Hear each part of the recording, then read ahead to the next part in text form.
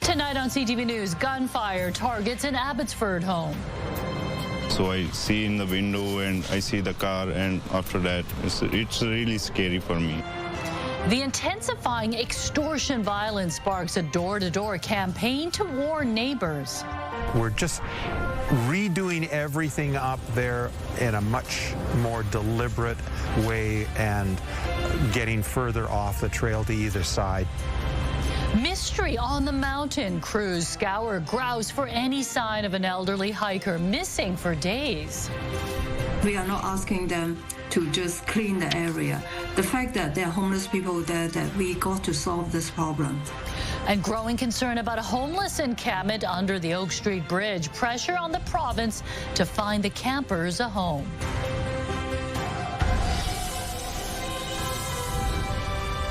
This is CTV News with me, Jung Lee. Good evening. Thanks for joining us. The number of crimes is staggering. There are more than 100 extortion investigations in Surrey. Shooters have been attacking homes in other cities, too. The latest gunfire erupted early this morning while an Abbotsford family was sleeping. And this time, volunteers are going door to door warning neighbors about the terrifying and seemingly unstoppable violence. CTV's Ben Milger reports. In the early hours Tuesday, gunfire pierced the still of the night on this residential Abbotsford street. What did you hear? It's around like 3 to 4 o'clock when I hear the 3 to 4 gunshots, and I just got scared. Police say it happened at 3:45 a.m. in the 2500 block of Jansen Avenue. In the light of day, you can see the aftermath. Bullet holes in a pair of vehicles in the driveway and one going through the garage door. Police say people in the home were asleep and nobody was hurt. This is about the 50th incident that we've had in Abbotsford relating to extortion events since November of 2023. I can confirm that obviously this morning's incident is connected to an ongoing extortion-related file here in Abbotsford. The latest incident comes as police provide updated numbers on extortions in Surrey. So far this year, there have been 44 extortion-related shots fired calls, 80 extortion reports from victims, and police have opened 101 extortion files. This is the second shooting in Abbotsford in a week. A business was hit by gunfire early last Wednesday. People living in the area tell us they have been aware of the extortion-related shootings plaguing the Lower Mainland, but waking to the sound of gunfire and then coming out to see bullet holes on their own block brings the violence too close to home. Yeah, it's very scary because we have kids around this neighbors, so definitely it's very scary for us. Responding to those concerns, Abbotsford police volunteers fanned out in the neighborhood to speak with people. We're just going around the neighborhood, giving pamphlets to all the residents that may be affected to this. Police would like anyone with information about the shooting or dash cam or home security video from the area to contact investigators. Ben Milger, CTV News, Abbotsford. Vancouver police are investigating a fatal stabbing in the city's entertainment district. No arrests have been made, and while police maintain violent crime is decreasing, businesses in the area say they aren't surprised by the latest murder. CTV's Isabella Zaffarisi has more.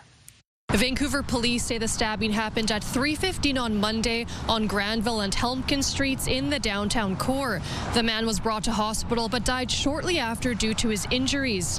Police say they haven't been able to identify him or the person who stabbed him. But he didn't have any identification on him, so we don't yet know who he is. The VPD says the initial call came from paramedics who were providing medical treatment to the man. When officers arrived, the suspect left. It's not clear if the two knew each other. It would be irresponsible to speculate on what the motive was. This is the city's 25th homicide. The number is higher than previous years as it accounts for the 11 people who were killed in the Lapu Lapu Day festival attack. And also as a result of that horrible triple homicide that occurred in East Vancouver earlier this year. Violent crime is decreasing citywide. However, we hear every day from people in the city who don't feel safe. That's especially true for businesses in the Granville Entertainment District, only steps away from the stabbing. Alarming, not surprising.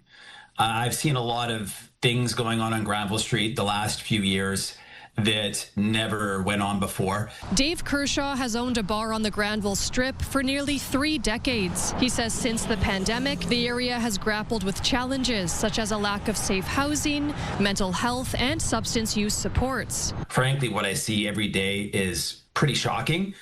And again, the message from nightlife has never been one of, no compassion for these people. Kershaw says he's hoping this latest tragedy is a call to action for politicians. Someone getting murdered, this has gone to an entirely new level. The homicide happened across from the Lugat SRO. Last week, the province announced it will close by June of next year. The VPD say the investigation is being led by its major crime section and that they're working to identify and arrest the person responsible. Isabella Zavarisi, CTV News, Vancouver. Conservative MLAs are calling for the cleanup of a growing encampment under the Oak Street Bridge in Richmond. The camp is set up around the pedestrian walkway to the Bridgeport Canada Line station near the River Rock Casino. A handful of tents are visible from the outskirts of the encampment, with shopping carts littered throughout the site. It's located on government land, and while the encampment has been there for years, the Conservatives say there's been an increase in open drug use as well as aggressive behavior from some of the people living there. We also demand the government to take action to take care of these homeless people. We are not asking them to just clean the area. The fact that there are homeless people there, that we got to solve this problem. The city of Richmond has been pushing for provincial action. It's been warning about fire hazards, the buildup of combustible materials, escalating public safety risk, and a fatality at the site 2 years ago. There are questions tonight about why a woman using a wheelchair and her caregiver were discharged from a Fraser Valley hospital, even though they say staff knew they were homeless and had no shelter to go to. And as CTV's Michelle Bernoro reports, there are additional concerns about how they were treated while patients. For years, Simone Duttenhofer has only been able to get around in a wheelchair. Arthritis has just gotten so severe that I can't move, I can't walk, I can't stand. She says her medical difficulties began in 2015 after she was injured when a vehicle swerved onto a sidewalk in a hit-and-run crash. 67-year-old Peter Hunt, her friend and now caregiver, was injured in the same accident but recovered. They recently ended up living in a tent in an Abbotsford park after their rental home sold. It was devastating. I was either in my wheelchair sitting up, or Peter would lift me down onto our sleeping bags. But during heavy rains earlier this month, they say the tent flooded. Simone, a recovering addict, says her prescribed pain medications were destroyed, along with a street drug she was taking to wean her off heroin. From my back down to my ankles, I was in excruciating pain. Peter injured his hand and both ended up in Emerge at Abbotsford Regional Hospital. While in the ER, Simone says she needed to use the bathroom but couldn't get there in time. They offered to bring me a bucket and let me clean her right in front of the nurse's station. They wanted Peter to dress me in the hallway with behind no curtain or nothing. I was horrified. I was in tears. I felt like it was my fault, and that's part of the withdrawals. They also say staff knew they were homeless but discharged them anyway. One of the head nurses said, basically, we should go to welfare. We will pay for your cab to the ministry. We've talked to somebody there, and they have a place for you to go. But they say that wasn't the case. And when we got there, they didn't know anything about it. With no shelter, they eventually ended up calling an organization that helps the homeless. Neither one of them had food or money, and the temperatures that night reached 3 degrees. Joseph Sikora says he called all the shelters in Abbotsford, and the only one with room would not take them. They had refused to accept Simone and Peter, basically because of her level of care. He says when he saw Simone, she was in significant pain, crying, rocking back and forth, and unable to speak. So he brought her back here to Abbotsford Regional Hospital. This time, they were able to get her help and say a hospital social worker found supportive housing plane that would take both Simone and Peter. In a late response from Fraser Health, they said they are sorry for the confusion and distress these patients experienced and have reached out to them to listen and apologize for their experience. Fraser Health says when discharge planning, it follows established protocols to ensure safe and appropriate transitions. As for Simone and Peter, they say they're now getting the help they desperately need. Michelle Bernoro, CTV News, Abbotsford. He was an experienced hiker who loved to explore the North Shore trails, but something went terribly wrong on Sunday after he set out on Grouse Mountain. The 84-year-old Surrey man hasn't been seen since then. For 2 days, crews have been scouring the wilderness for any sign of One Kill Kim. CTV's Shannon Patterson reports. 84-year-old One Kill Kim is an avid hiker who took the tram to the top of Grouse Mountain on Sunday. His intention was to go for a hike in the Goat Ridge, Thunderbird Ridge area, which he frequents quite often.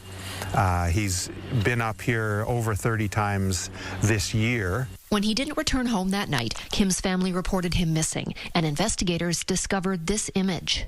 There is a trail camera up top near the little goat area on the trail. So that is showing our subject going out, and that was about 12:30 Sunday afternoon. For 2 days now, North Shore Rescue and crews from other nearby jurisdictions have been searching for the Surrey senior. We've got a dog, a search dog, doing the trails also. They were the first ones up before any other searchers went up.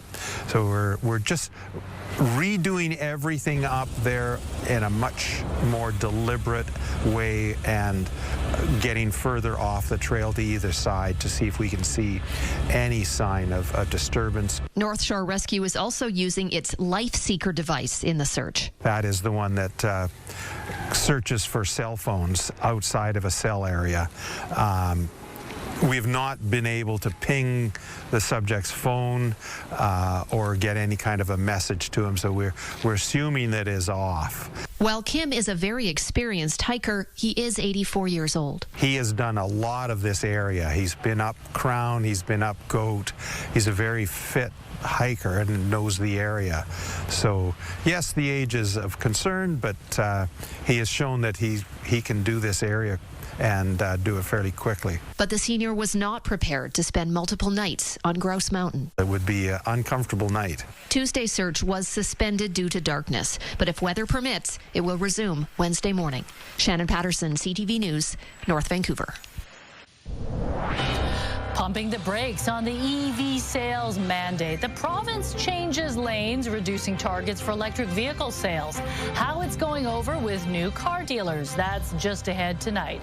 But first, let's take a look outside at Canada Place and the lights of downtown. And before the sun went down, it was a gorgeous afternoon. Yes, things cleared up quite nicely. Right now, we're seeing mostly clear conditions out there, so temperatures will be on the cool side. Here's a look at them across the Lower Mainland right now. We're seeing 7 degrees at the Harbour, 6 right now in Burnaby, 5 degrees in Pitt Meadows, and you're looking at 8 degrees in Chilliwack. So as we head through the overnight, it's going to be a chilly one. It'll be clear, a fog developing overnight, dropping down to 2 degrees into tomorrow. Much like today, we will see mostly cloudy skies, some sunny breaks, early morning fog that will dissipate, and a high of 9.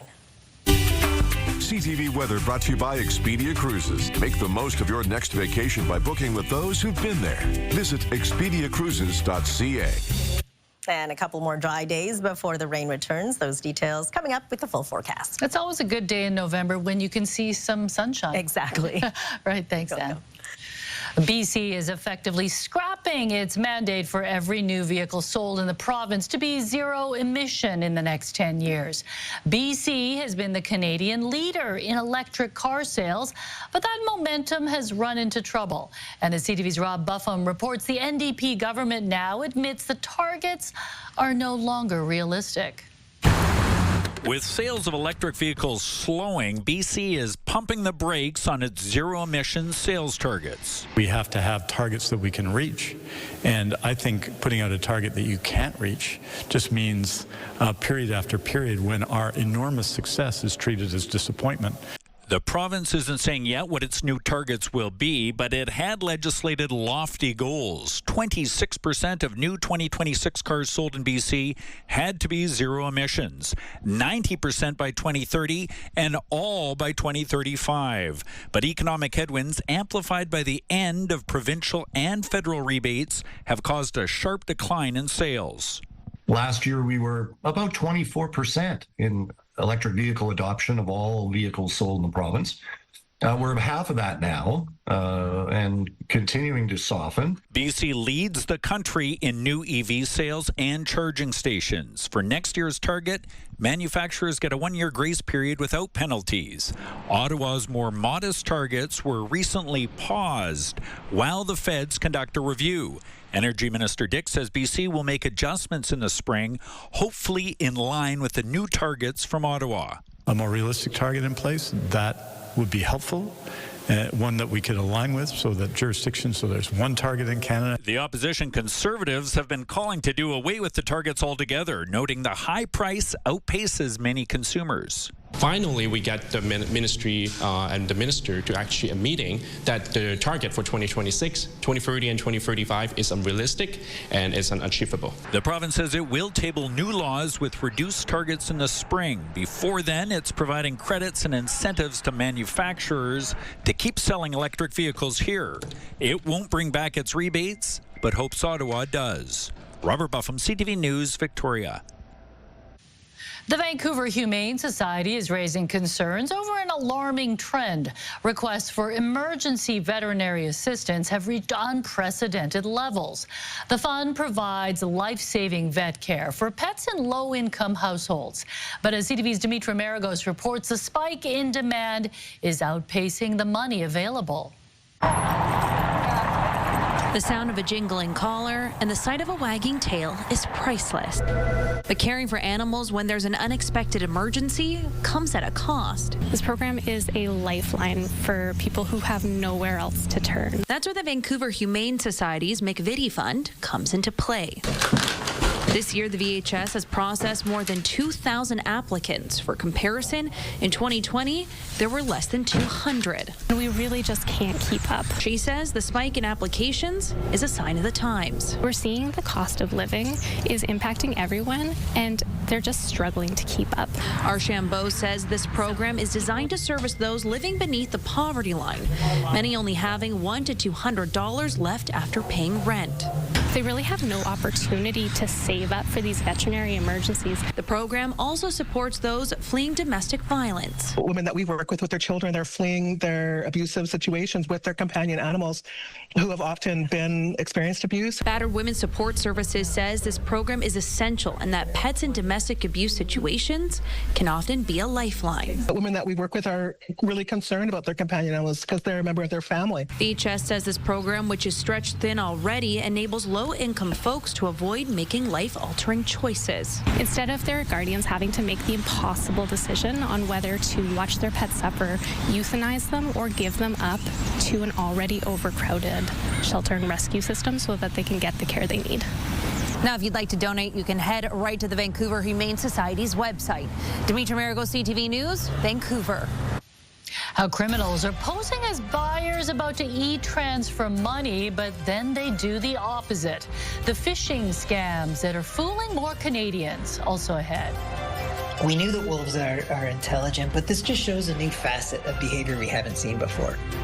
Sea wolves at work on the BC coast. Does reeling in traps reveal that these wild animals are using tools? We hear from the researcher when CTV News at 6 continues.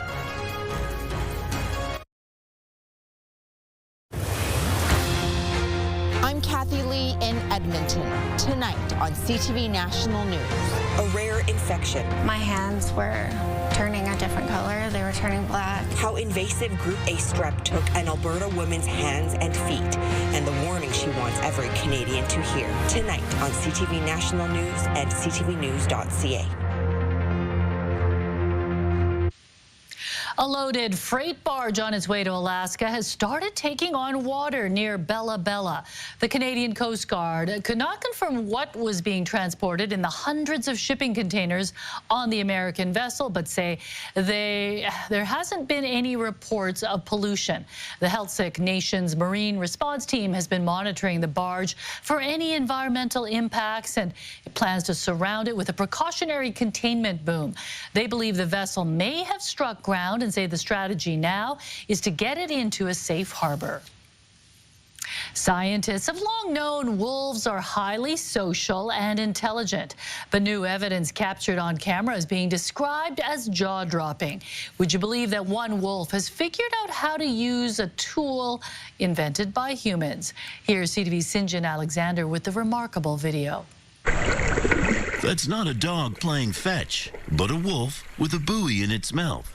She wasn't trained to do this, but somehow knew her effort would pay off. We always have known that, how smart and how intelligent, wolves are. The images were captured by researchers who've been trying to learn even more about the animals, in particular in the Heiltsuk Nation. They were also trying to solve a mystery, why so many crab traps were being damaged.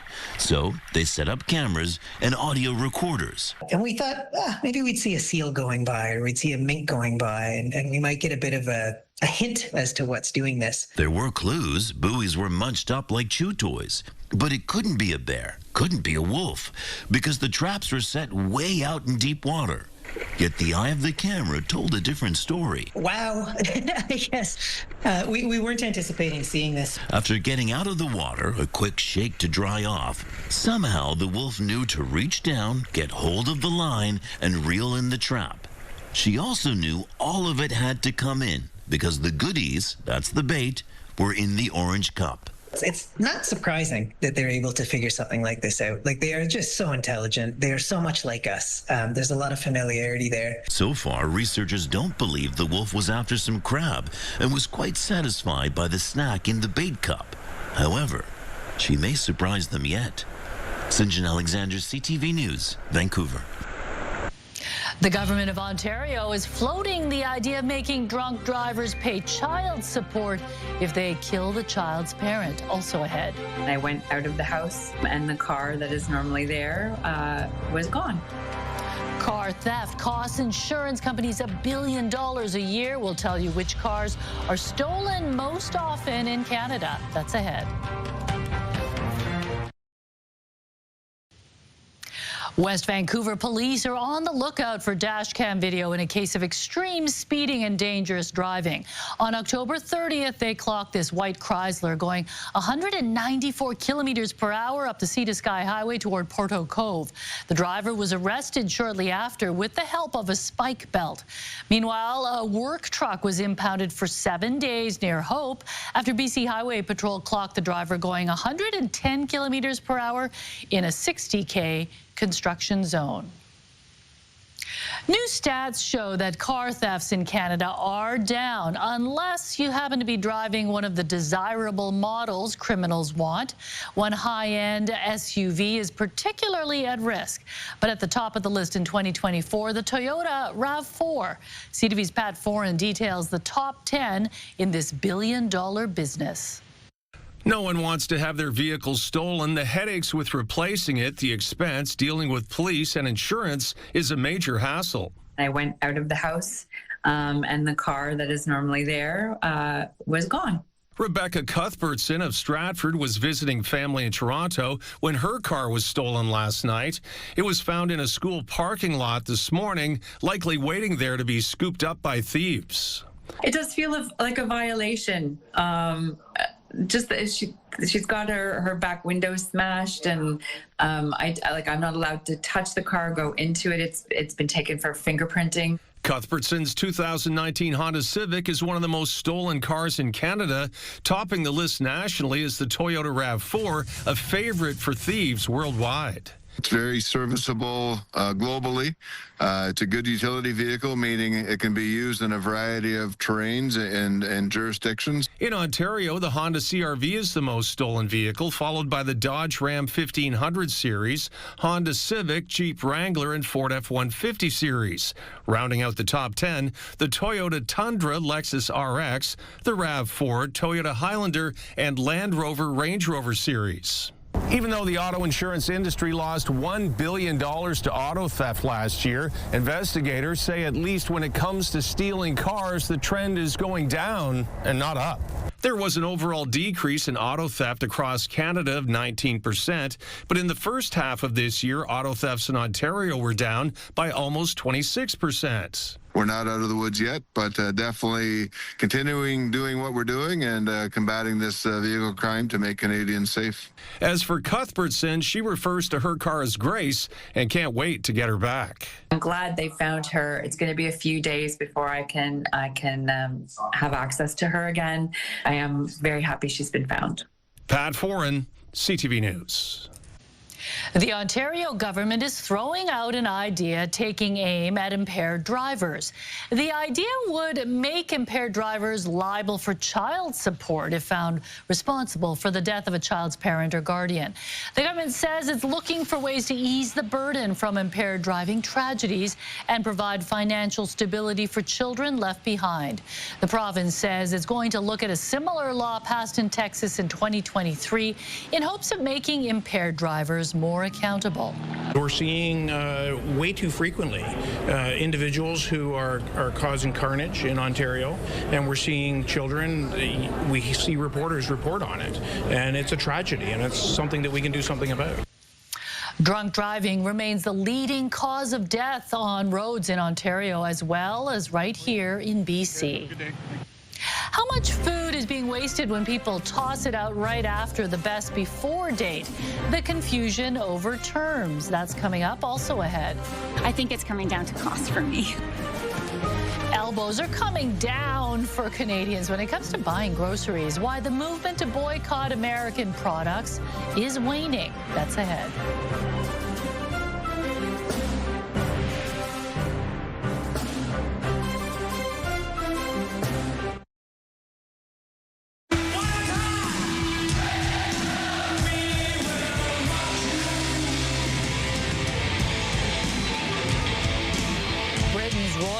Has unveiled a new coin design that marks 40 years since Queen's iconic Live Aid concert performance. The coin features an image of Freddie Mercury holding the microphone with his head thrown back. The first coin was struck by Mercury's sister at the Royal Mint in Wales last week. Freddie Mercury died in 1991 at age 45, just one day after he publicly announced he was HIV positive. A new study on food waste reveals that confusion over best before dates is leading to good food being thrown out. I think a lot of people think that there's a lot of science behind these dates, and there's none. Really, there's none. Effectively, what manufacturers do is they apply a date based on a lot number, based on when it was manufactured. But if you see a best before date, it doesn't mean bad after.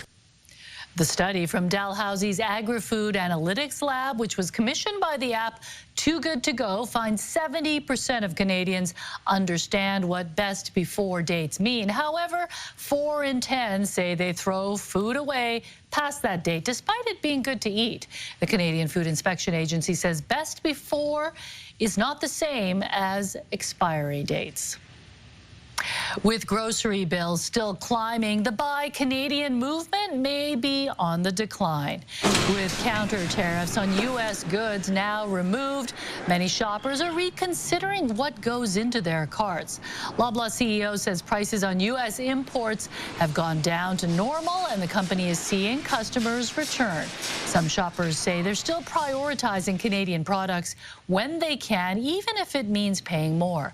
But others say they buy whatever's cheaper.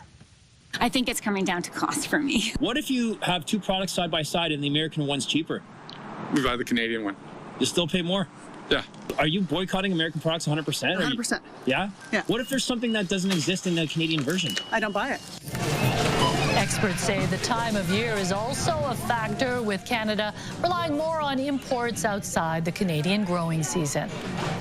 It's a little late for Canadians, but Heinz is serving up something new for leftover lovers ahead of U.S. Thanksgiving. Heinz leftover gravy is the first ever squeezable bottle of home-style turkey gravy. It was designed with the ultimate day-after sandwich in mind. Heinz says it's tapping into that nostalgia for millennial hosts who see Thanksgiving as more than one meal. And that just seems so wrong, but I am willing to give it a try. Yeah, I think it'll have to be warmed up. So you'll have to squeeze it on whatever you want to eat and then definitely warm it up. I don't think you can just eat it out of the bottle. No, I mean, people use those instant gravy packages. Yeah. We do too sometimes. So I'd have to compare it with that. Definitely. Let me know how it goes.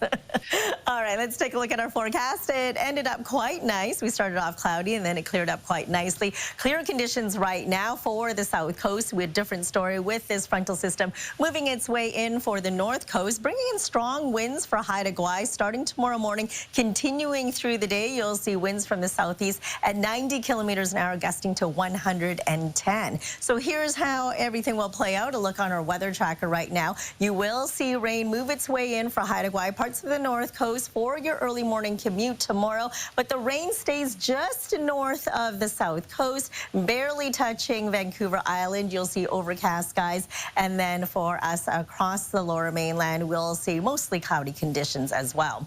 You'll see lots of sunshine, cold temperatures for the northeast corner of the province. Your provincial forecast at the bottom of your screen. Cloudy skies for Port Hardy. You'll see a high of 8 degrees. A few sunny breaks in there for Campbell River and Comox, also seeing highs to 8. For the South Island, overcast conditions of Tofino at 10, Port Alberni at 7, mostly cloudy skies from Nanaimo right down to Victoria. You'll start off sunny, clouds increasing through the afternoon with temperatures between 8 and 9 degrees. Cloudy skies as well for the Sunshine Coast with a high of 7. Mostly cloudy conditions with some sunny breaks up the Sea to Sky Highway. 9 for Squamish, 3 for Whistler, and we'll see mostly cloudy skies as well. 9 degrees across the lower mainland heading into Thursday. Completely clouds over. Warms up just a touch. We'll see double-digit highs at 10. Into Friday, that's when the showers return with rain on Saturday, tapering off into showers on Sunday, and then it clears up to start off next week. Monday, we'll see a mix of sun and cloud with mostly sunny conditions on Tuesday with highs to 8 degrees. CTV weather brought to you by Expedia Cruises for air, land, and sea vacations. So you'll just need your umbrellas starting on Friday and heading into the weekend. So if you want to put Christmas lights up at your house, you should do it before the rain Definitely. comes. So do it tomorrow or Thursday, or even put up your Christmas tree, whatever you feel like doing. Have you put up lights yet? Well, we live in a condo, so no. All right. It's the lights that are inside that count. But the tree is glowing. The tree is up. All right. Thanks, Ann. Well, the Vancouver Whitecaps gear up for a huge match this Saturday against LAFC before a sold-out crowd also ahead. And I was like, wait a minute, I'm supposed to be getting the e-transfer for $30, not giving away one for $1,000. The growing scams involving e-transfers. What can happen when you think someone is sending you money, and the call to banks to tighten security? That's coming up.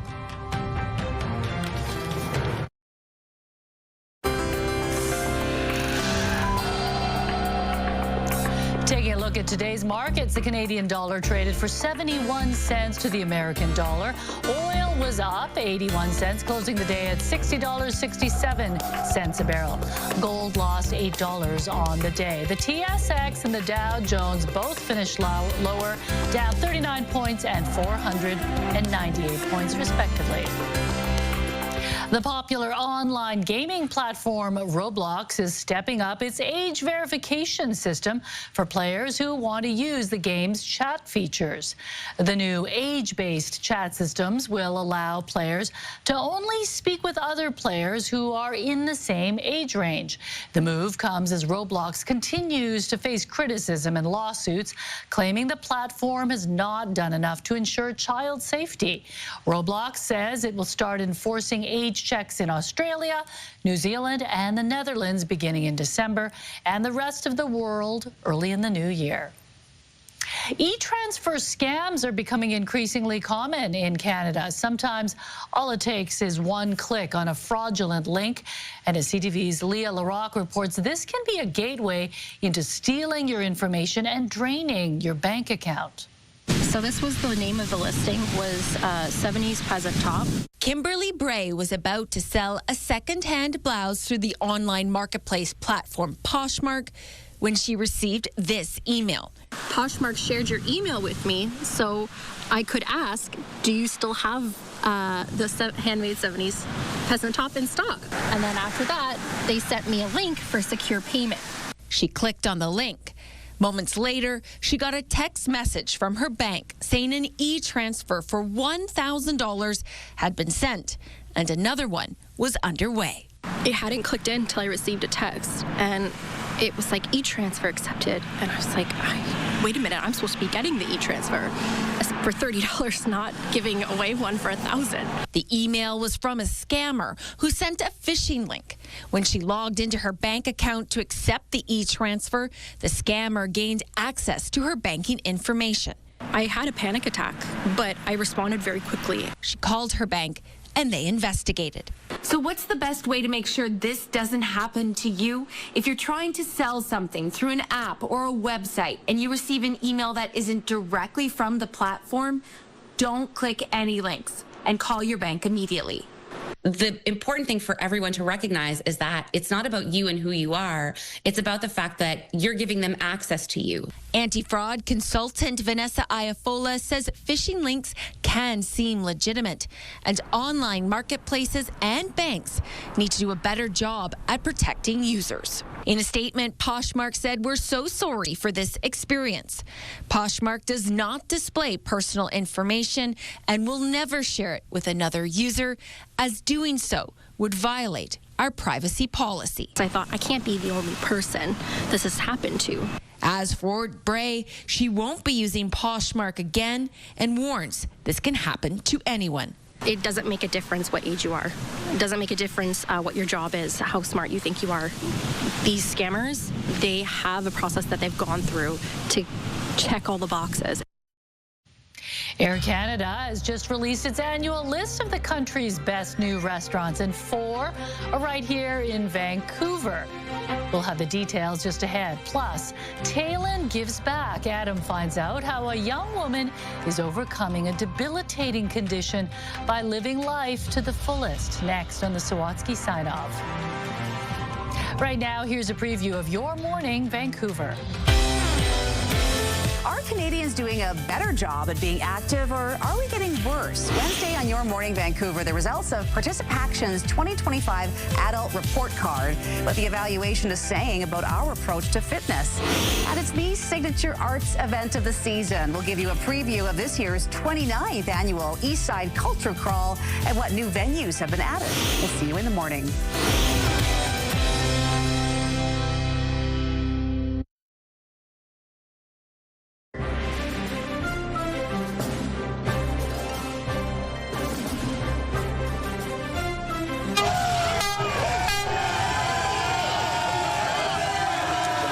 The streets of Regina were filled with green today as the Saskatchewan Roughriders celebrated their Grey Cup victory with a parade.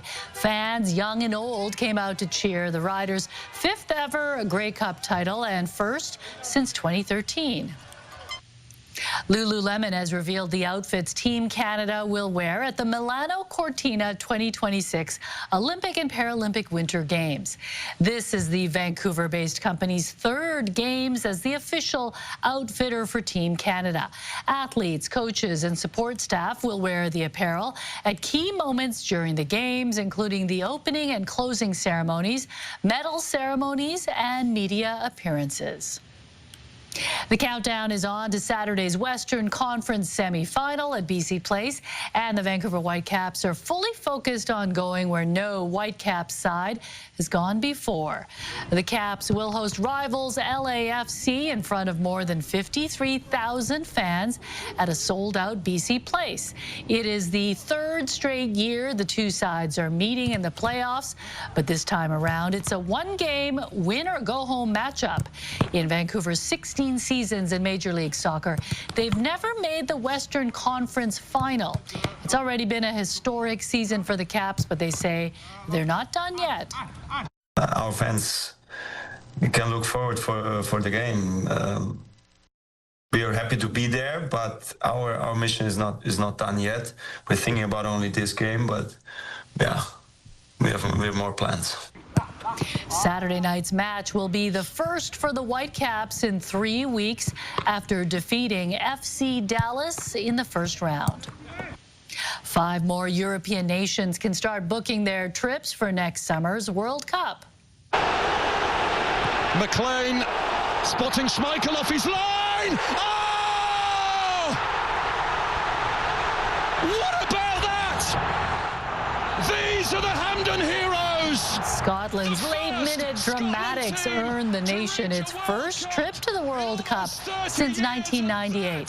Spain, Switzerland, Belgium, and Austria are the other 4 countries to win their qualifying groups today. Wow, that was quite the goal. Pretty amazing. So exciting. Yeah, looking forward to finding out who's going to be playing in Vancouver. Yeah, at least we know Canada is going to be there. Guaranteed, so, yeah. Okay, you guys like food. Of I know course. we're all foodies, right? Okay, here's some delicious news. 4 of Canada's top 10 new restaurants are right here in Vancouver. That's according to a new list from Air Canada. They say captures the heart of Canadian dining. 2 omakase-style restaurants, including Sushi Hyun downtown and Sumi Biyaki Arashi on East Broadway, were also added to Vancouver's Michelin Guide this year. Nero Tondo, which is known for its hyper-local and seasonal menu, also got a Michelin recommend. Niwa, which is right next door on Powell Street, was also recognized for its farm-to-table fare. I haven't been to any of those. Me neither, but sushi in Vancouver is just spectacular. Yeah, and omakase takes it to the next level, right? But it'll cost you. The price tag is pretty high. Okay, Kevin's here with a look ahead to your late local news. Yeah, Mijung, a BC search and rescue team made up of dozens of brave volunteers, won a prestigious award at a gala in California. We'll tell you how the prize they won could help them save lives. Plus, more reaction tonight from the growing homeless encampment in Richmond. We're hearing from a city councillor and mayoral candidate, plus an interview from BC Housing on efforts to get those living on the streets into homes. Those stories and all your late breaking news coming up at 11:30. All right, thanks for this update, Kevin. You bet. Well, finally, Adam talks to a young, silly singer from Tawasin whose bright personality got her and her mom through the darkest of times on the Sawatsky Sign-Off.